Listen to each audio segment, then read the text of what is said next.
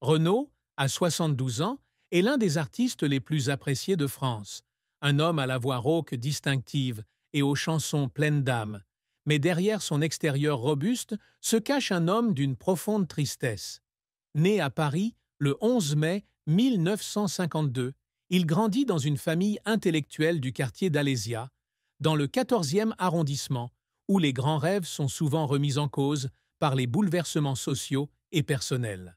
D'un garçon qui aimait la musique et chantait dans les rues de Paris, il est devenu un chanteur et auteur-compositeur célèbre avec plus de 26 albums, vendus à près de 20 millions d'exemplaires, et des chansons classiques telles que Mistral gagnant et Morgane de Toi. Sa vie fut un long voyage, où chant et tristesse s'entremêlaient, où carrière, amour et famille étaient à la fois fierté et leçons douloureuses. Mais qu'est-ce qui a poussé Renaud, un homme qui a touché le cœur de millions de téléspectateurs, à affronter la plus grande tristesse? Comment s'est déroulée votre carrière et qu'aspirez-vous à accomplir? Examinons en profondeur la vie de cet homme pour voir que derrière le halo se cachent des histoires que tout le monde ne connaît pas. La plus grande tristesse dans la vie de Renaud n'était pas un échec spécifique ou un événement unique, mais une série de pertes, de regrets et d'angoisses mentales qui pesaient silencieusement sur son cœur au fil des années. Pour un homme qui apparaissait toujours avec une image robuste et énergique, sa tristesse semblait encore plus profonde car elle était cachée sous un masque de force. Mais s'il devait choisir une chose qui le hantait le plus, ce serait probablement le décès de son père, Olivier Séchant, écrivain et professeur français, qu'il a toujours considéré comme sa plus grande inspiration au début de son rêve de devenir artiste. Olivier n'était pas seulement un père, mais aussi un professeur, un compagnon spirituel qui lui a appris à aimer la littérature, la musique et les valeurs profondes de la vie.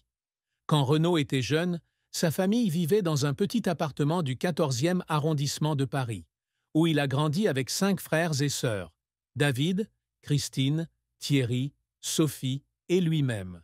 Son père, né dans une famille protestante du Languedoc, racontait souvent à ses enfants des histoires sur la littérature française et chantait des chansons folkloriques traditionnelles. « Renaud, tu dois être fidèle à tes sentiments », lui dit un jour M. Olivier, alors qu'ils étaient assis près de la fenêtre, regardant les rues bruyantes de Paris. C'est ce dicton qui a inspiré Renaud à poursuivre une carrière artistique, même si au début sa famille ne croyait pas qu'un garçon sensible comme lui puisse réussir dans le monde difficile de la musique. Mais en 1995, alors que Renaud est au sommet de sa carrière, avec l'album À la Belle de Mai, il apprend que son père est décédé des suites d'un accident vasculaire cérébral soudain.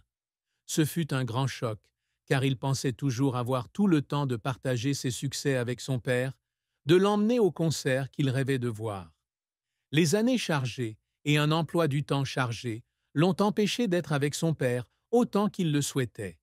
Il a raconté un jour dans une rare interview que, dans ses derniers jours, son père voulait seulement l'entendre chanter une vieille chanson qu'il aimait. La complainte du roi Renaud, la chanson dont sa mère lui avait donné le nom. Mais Renaud était à Marseille en concert et n'a pas pu revenir à temps.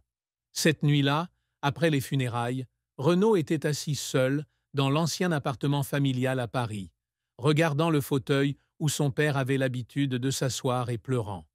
Il pleurait non pas parce qu'il était faible, mais parce qu'il aurait aimé pouvoir serrer son père dans ses bras une fois de plus pour le remercier de tout ce qu'il avait fait. Mais le temps n'attend personne, et Renaud se rendit compte qu'au cours de ces années de quête de gloire, il avait manqué trop de moments précieux avec son père. Un jour, lors d'un concert à Lyon, il évoque par hasard son père en chantant Mistral gagnant et s'arrête brusquement, les yeux rouges. Le public pensait qu'il s'agissait d'une performance pleine d'émotion, mais personne ne savait que derrière ce silence se cachait la douleur d'un homme qui avait autrefois ému toute la France, aujourd'hui impuissant face à sa propre perte. Cette tristesse ne s'est pas arrêtée avec le décès de mon père. En entrant dans sa vie personnelle, Renaud a également dû faire face à de nouvelles pressions liées à l'alcoolisme et à la dépression, des démons qui le suivaient depuis de nombreuses années. Il s'est toujours promis de les surmonter pour offrir une vie meilleure à ses enfants. Lolita, issue de son mariage avec Dominique, et Malone, issue de son mariage avec Roman. Mais la célébrité et les événements personnels l'ont entraîné vers le bas. Un jour, lorsque Lolita l'appela et lui demanda « Papa, pourquoi ne rentres-tu pas à la maison et ne joues-tu pas plus souvent avec moi ?» Il dut retenir ses larmes pour répondre « J'essaie, chérie, mais j'ai besoin de temps. » Mais au fond, il savait qu'il n'avait pas réussi à se contrôler. Cette tristesse n'est pas forte, ni ostentatoire, mais un sentiment persistant, qui lui fait se demander s'il ne renonce pas trop à l'art. Les mariages brisés avec Dominique et Roman ont également laissé de grandes blessures dans son cœur, non seulement à cause de l'amour perdu, mais aussi à cause de la distance avec ses enfants qu'il n'a pas pu combler. La carrière de Renaud a été un voyage long et tumultueux, depuis ses débuts dans la rue parisienne jusqu'à devenir l'un des chanteurs les plus appréciés de France. Né dans une famille intellectuelle, il n'avait ni le bagage ni les relations nécessaires pour entrer dans l'industrie musicale, mais il avait quelque chose que personne ne pouvait lui enlever, une voix rauque distinctive et la capacité d'écrire des paroles poétiques. Sa mère, Madeleine, était la fille d'un mineur de la région Nord-Pas-de-Calais, tandis que son père était écrivain et professeur d'allemand. Dès son plus jeune âge, Renaud aimait la musique, chantant souvent à la maison et participant à de petits spectacles à l'école. Il rêvait de devenir chanteur professionnel, et sa première opportunité s'est présentée lorsqu'il a commencé à jouer dans la rue, dans le quartier latin, dans les années 1970, où il a rencontré ses premiers compagnons de carrière. Le véritable succès arrive à Renaud en 1975, lorsqu'il sort son premier album Amoureux de Paname. Avec ses chansons aux influences parisiennes, l'album a rapidement attiré l'attention du jeune public, notamment celui issu de la classe ouvrière avec laquelle il sympathisait.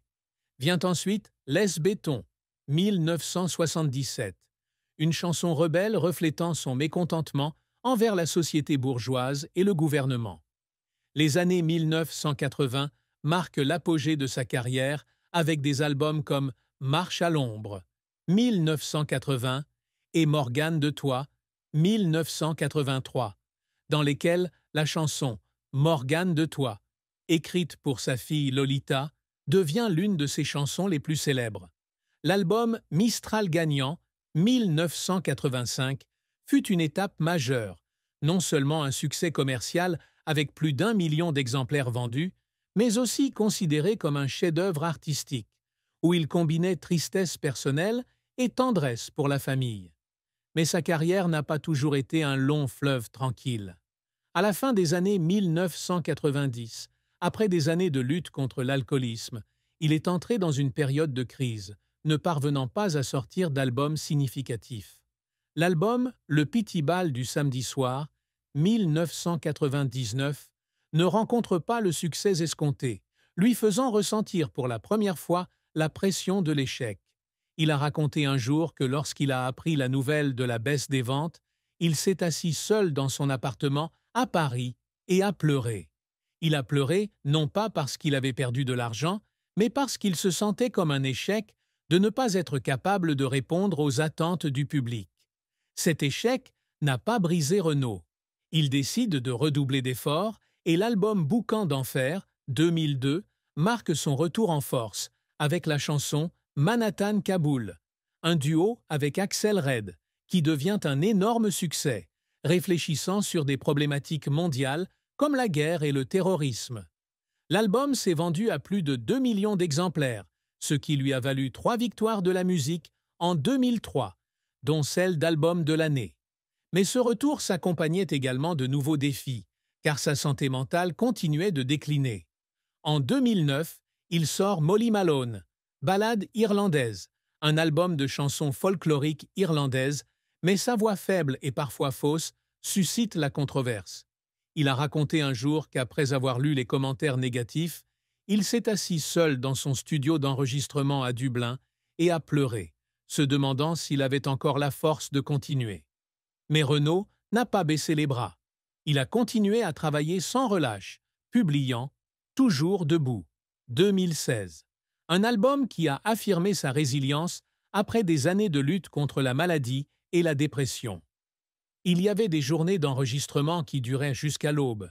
Il s'asseyait seul dans le studio et pleurait d'épuisement. Mais ensuite, il se disait « Je ne peux pas m'arrêter maintenant ». Ces larmes n'étaient pas un signe de faiblesse, mais un témoignage de la passion d'un homme qui n'a jamais accepté la défaite totale. Il confiait un jour à ses collègues qu'à chaque fois qu'il montait sur scène, il pensait à son père et aux jours difficiles à Paris, pour se rappeler de continuer à avancer.